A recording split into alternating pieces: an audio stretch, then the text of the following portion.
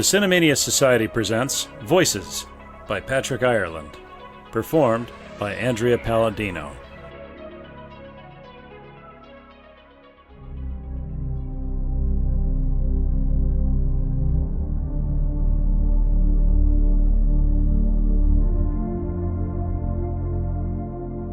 Storm clouds had been gathering all afternoon as Athena had gone about her shopping. At last, she had come to the part of town she'd been looking forward to all day. At the very end of Main Street's commercial section was Hein's used and rare bookstore. She'd be able to spend an hour in that glorious edifice before heading home to fend off the Gasleys who'd been arriving soon after nightfall. She was well stocked with candy for the little tricksters and picked up a nice Pinot Grigio to treat herself as All Hallows Eve progressed. She parked her Jeep, hooked her backpack over one shoulder, and walked the half block from the parking lot to the store. A sudden belch of thunder smothered the entry bell's chime as she pushed through the front door into the store. Inside, she paused and drew a deep breath to savor the rich aroma of tens of thousands of used books. 2 floors of the entire Krabenhof building were devoted to nothing but books. The third, top floor, held used furniture for sale, a separate business operated by the same man who owned the bookstore. Athena had never been up to the 3rd floor. She would never have been able to get past the books. To be surrounded by books was to feel enrobed by the world's richest tapestry, and this day she had nearly a whole hour to spend here. She didn't see anyone inside the building yet, but thought nothing of noticing it. It wouldn't be the first time she'd been in and out of the place without noticing anyone. Her attention was arrested by the treasures lining the walls on hundreds of feet of shelves. The ground floor was utterly labyrinthine. Freestanding cases, many cobbled together of raw or reclaimed lumber, stood 7 feet high with alcoves and branches spidering out around the central business desk. Each topically subdivided aisle contained hundreds of volumes. Hand-lettered signs at each intersection indicated subjects, everything from ancient history to zoology and back again. The 2nd floor was devoted entirely to fiction. Hardbound, large and small format paperbacks, pulp magazine collections, even comics. Segregated by genre and subcategorized alphabetically by author, these were arranged in the same labyrinthine manner as the ground floor, only more so, approaching a complexity of a maze.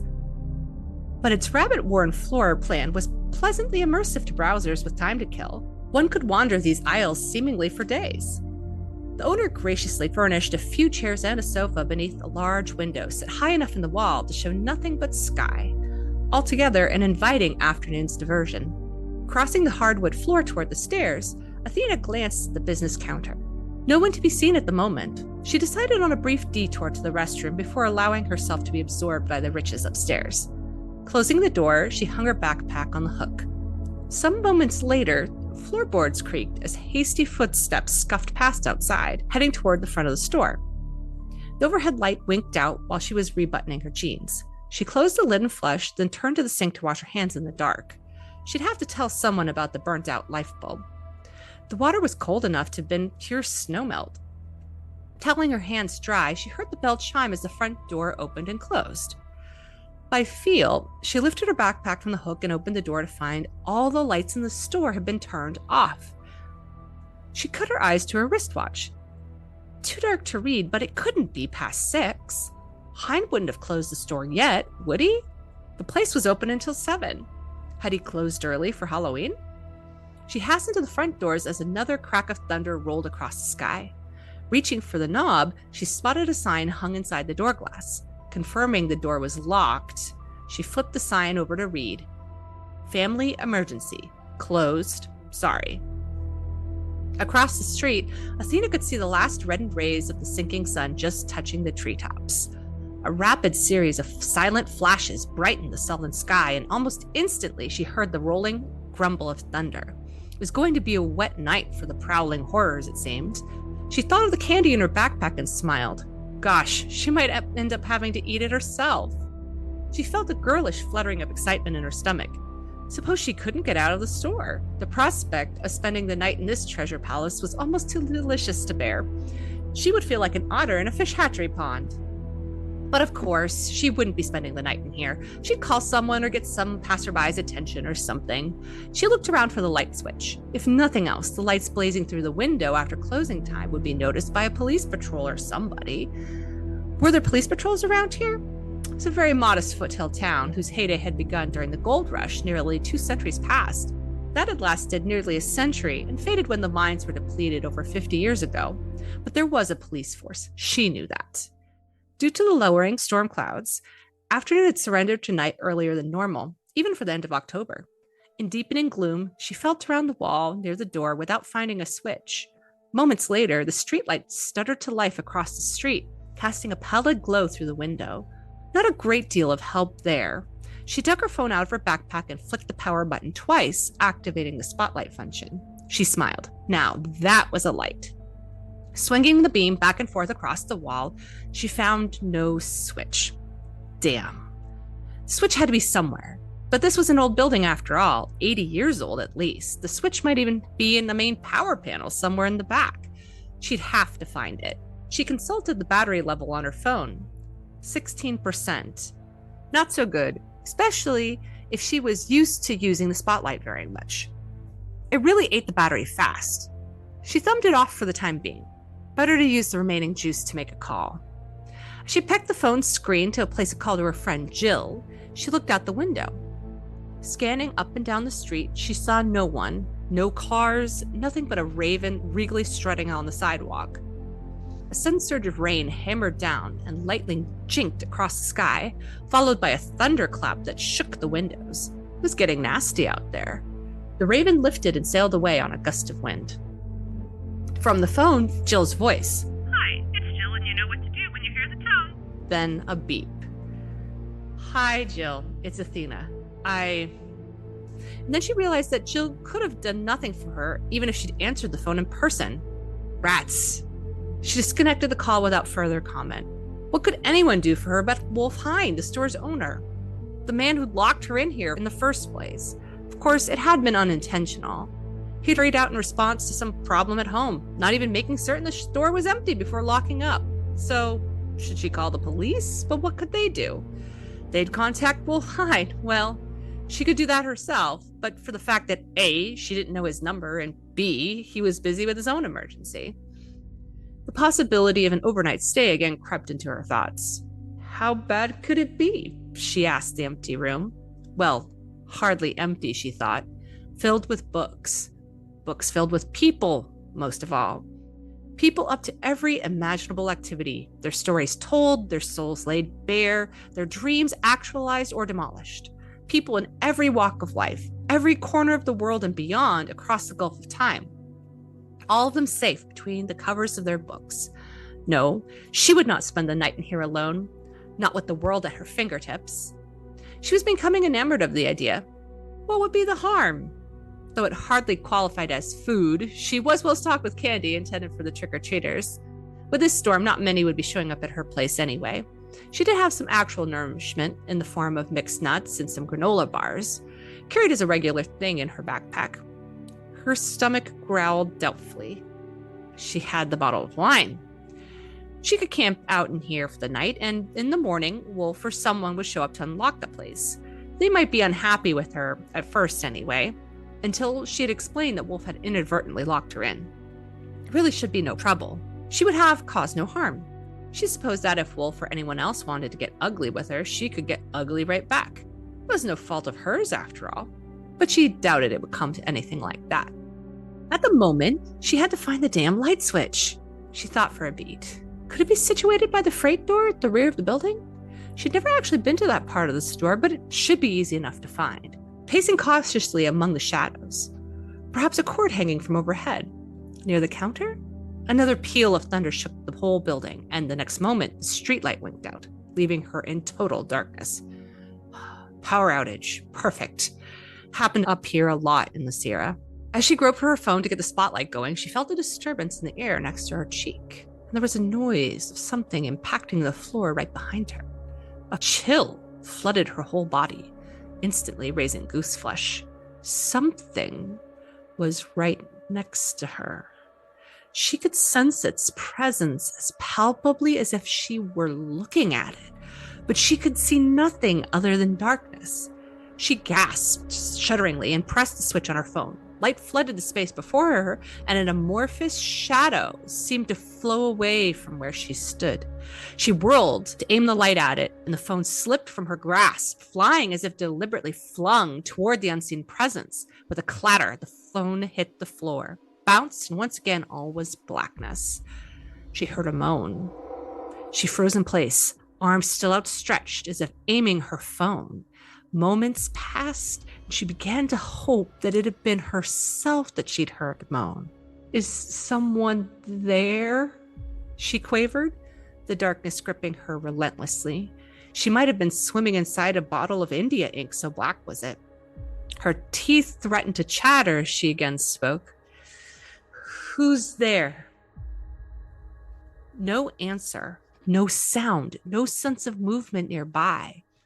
Filled with dread, she could not bring herself to move in the direction she had tossed the phone. She was certain that whatever she had sensed was still there, waiting for her to approach. Her insides twisted. Then she suddenly smiled into the darkness.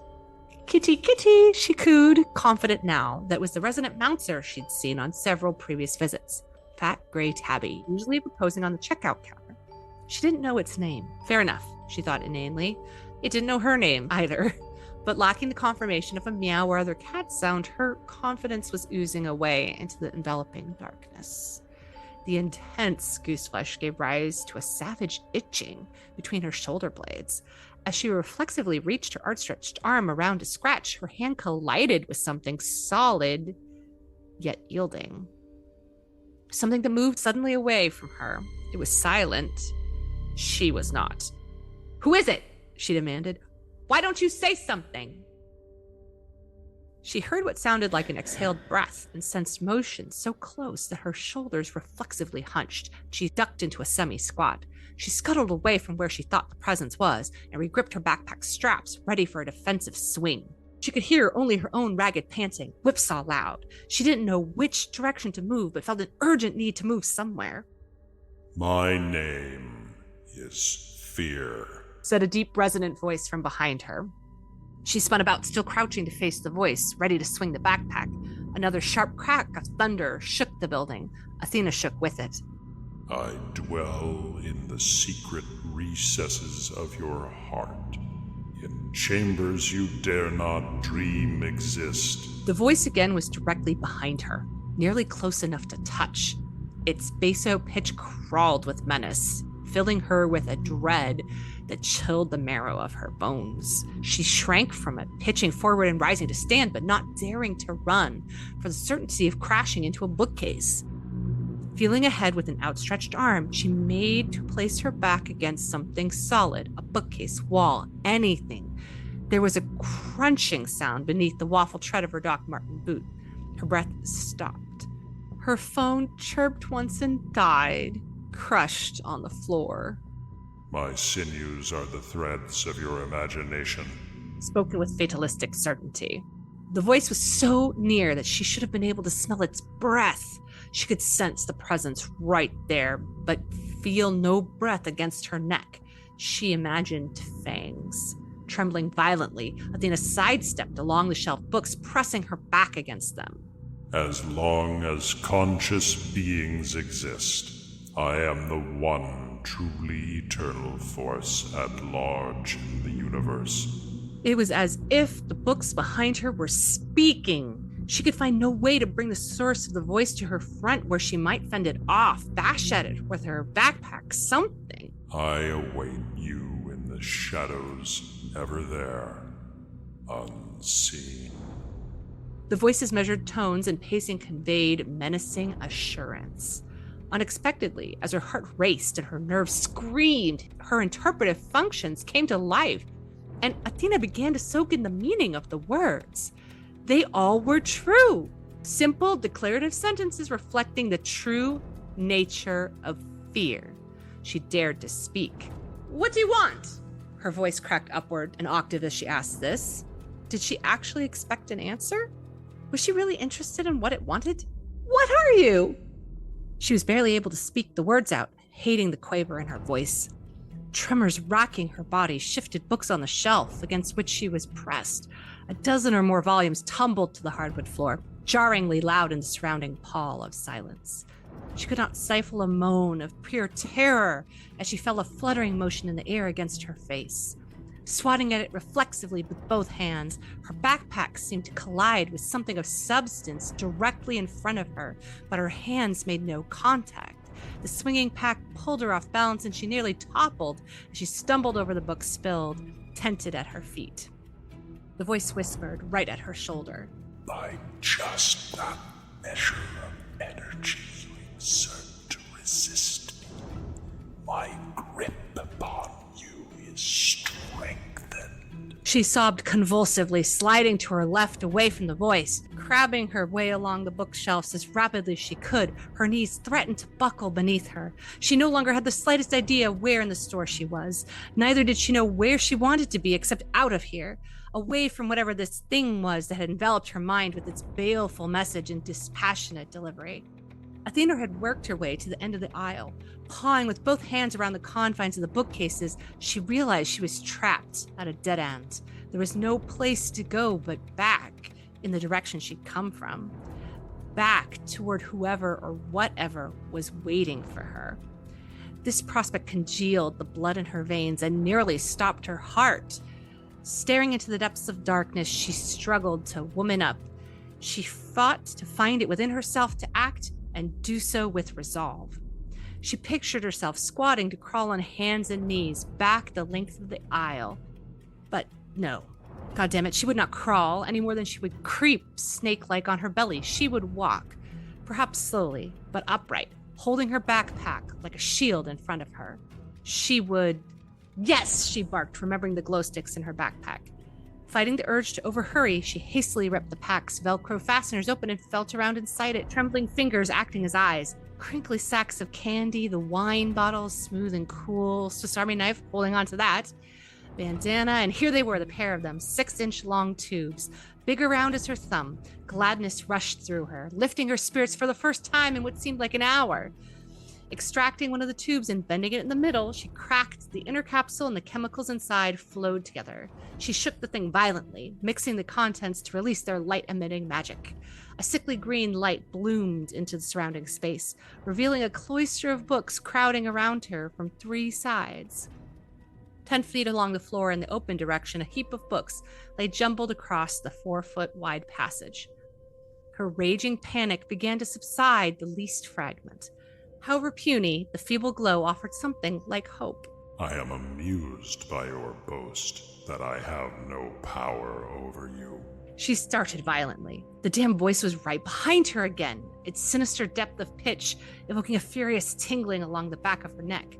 During your brief span of consciousness, your every hope and aspiration are enslaved by the mortgage I hold upon your soul. Athena rushed several steps forward, turned and thrust the glowing tube back toward the source of the voice. Nothing to be seen but the silent spines of books, and their dozens. She felt ready to weep now, to surrender to whatever consequences her indiscretion had earned her. Resist though you might, my victory is certain, for even your gods borrow their strength from me. Oh God, Athena muttered, wilting inwardly. Your supplications to them are but an affirmation of my dominion. Tears started in her eyes, tracking hot down her cheeks, the very precipice of a collapse. A thought flashed like a dart flung into her brain.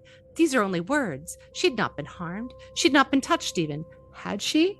She had felt movement of the air and felt as if she'd made contact with something, but nothing had actually touched her. Her own skin had been crawling with such horror that it could have, would have, probably did, in fact, feel things not really there. That was it. There was nothing here but a disembodied voice. Frightening? Yes, as all hell. Supernatural? Seemingly inexplicable. So far, yes. Harmful? Not yet. Maybe not ever. Lethal? Doubtful. As reasoning gradually took over her mind, Athena's panic began to subside. Her pulse diminished, her panting chuffed down something approaching normal. She still felt chills crawling over her like a tribe of demented ants. and still the presence loomed so near that she was involuntarily flinching away from an anticipated touch. Steeling herself, she dared to extend a quaking hand in the direction of the sensation, intending to touch it, to assess it, and as she did so, the seemingness of it shifted away, lithely evading her fingertips. What the hell? But had she really wanted to touch anything? Absolutely not. Did she dare allow her curiosity to displace her overpowering dread? Well, if harm was coming to her, being fearful of it had certainly not helped. She was tempted to try running, but knew she could not, because by this point, her glow stick had about wheezed out its last few photons. Acquired on the cheap from some online vendor, the damn thing had lasted less than 5 minutes. If she were not so flooded with terror, she would be feeling gypped. She'd save the other one until she had something useful to see with it. Nothing to see here, folks. Do you answer questions? Athena asked the green-tinted gloom. She had a growing number of them. An agonizing minute crawled past in silence. She collected herself, shifted her backstrap onto one shoulder, resolutely stepped forward into the darkness. Disembodied voice be damned. Still, she moved cautiously. Presently, she emerged into an intersection with another passageway. She concluded this fact by feeling around with outstretched hands. She'd buried the corpse of the dead glow stick in a hip pocket. She could go left or right now. She wanted to hope this would be a good thing. Going to her left, she felt her way along with the caution of the blind. For the moment, at least, Mr. Fear seemed no longer joined to her at the hip. By now, the grip of terror had loosened enough that her reasoning mind found time to appreciate the irony of her situation. Her long-nurtured daydream of being immersed in books had morphed into a nightmare. But she was gradually regaining control of her nerves. She realized she had been straining her eyes wide, trying to wrest some particle of light from the all-consuming darkness. As she overrode this instinct, she became aware of the extreme tension racking every muscle and joint in her body. By deliberate effort of will, she began systematically relaxing major muscle groups, releasing tautness from neck, shoulders, and belly. When I grow up, I want to be a virgin, chirped the voice of a little girl. Athena's jaw clenched anew. The voice was so near that instinct told her she was about to step on a child. How do you do that? A different child's voice asked. Jesus' mom was one, so I want to be one, was the reply. Despite her astonishment, Athena nearly laughed out loud at this exchange. What was happening here? She spread her arms, waving them downward to feel about for what surely must be a pair of little pearls. Children? She spoke, groping all around herself, touching only air. There was a peal of childish laughter, and she sensed erratic motion in the nearby space, but heard no further speech. And as suddenly as they had come, all sensation of their presence vanished. Nonplussed now, Athena struggled once again to take her emotions in hand. She stood still for long moments, deliberating. Puzzlement was replacing fear, but anxiety still gnawed. The unrelenting darkness made that a constancy. She began taking stock as rationally as her apprehension would permit. Her immediate goal had shifted now that she had seemingly eluded the fear thing. This thought brought on a fresh wave of chills in anticipation of a dreadful baso declaration to the contrary, but she told herself it's only words. Sticks and stones, she chanted in a whisper. She turned her mind toward the formulation of an escape route. She could somehow find her way to the front window. She would at least be in a position to benefit from the streetlight when the power was restored. That couldn't happen too soon to suit her. She was powerfully sick of darkness. Working toward a purpose calmed her, as no blind retreat could. She tried to picture the layout of the bookstore's floor in her mind's eye, but she could only come to a general sense of where the front door was in relation to the counter, and past that, the stairs leading up to the second floor. She pictured the building as she'd seen it from across the street. The place was built right against the side of a steep hill. At the rear of the third floor, she recalled seeing a freight door opening onto the street along the building's south side. She'd never had reason to consider it before, but if that was the only other entry point, she was going to have to find the stairway leading up to it. In the dark. Athena seldom used profanity, and even in her solitary thoughts, she now made an exception. It helped, but only a little.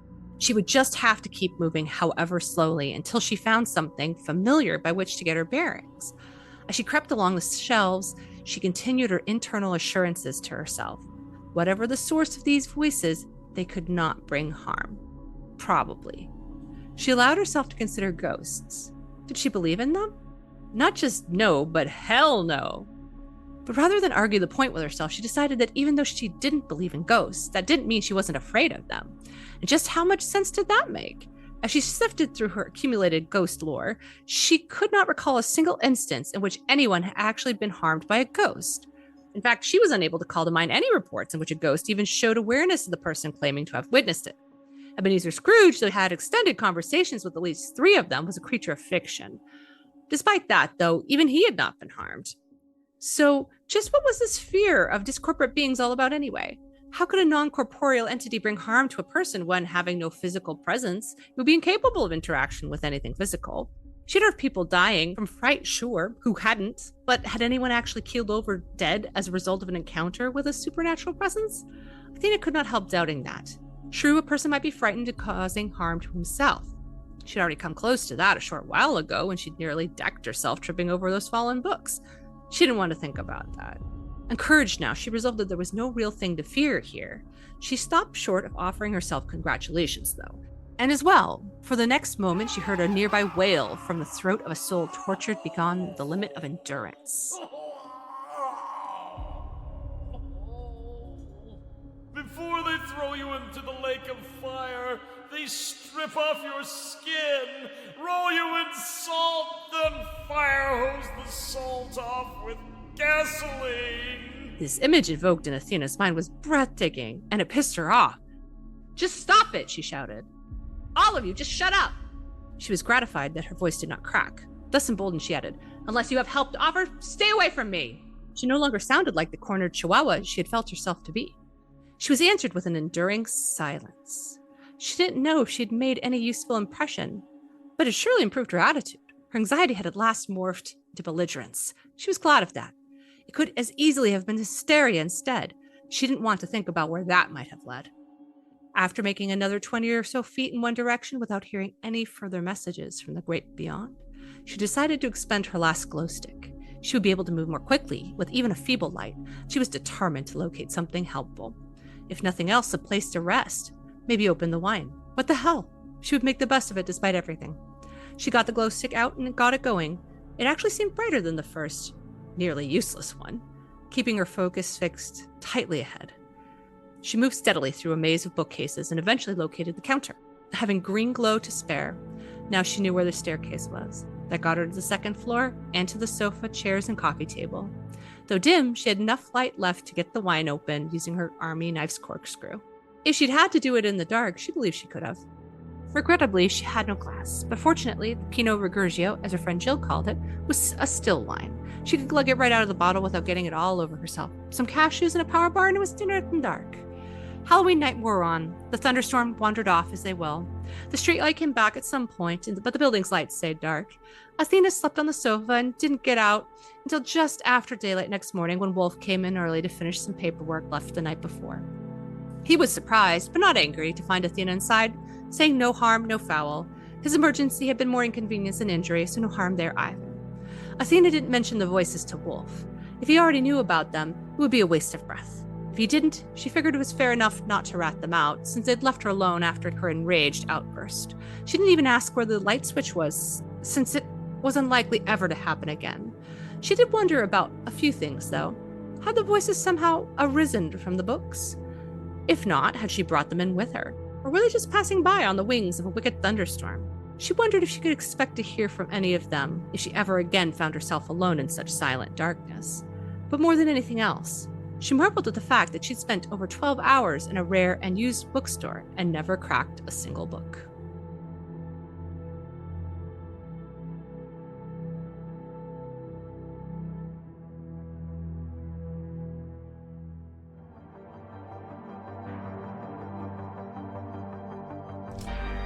That was Voices by Patrick Ireland, performed by Andrea Palladino. Additional voices by Ethan Ireland, Alice Ireland, and Astrid Ireland. Sound design and editing by Alessa Luz Martinez. Opening and closing title music by Carl Casey at White Bat Audio. The Cinemania Society Presents is a product of the Cinemania Society, LLC.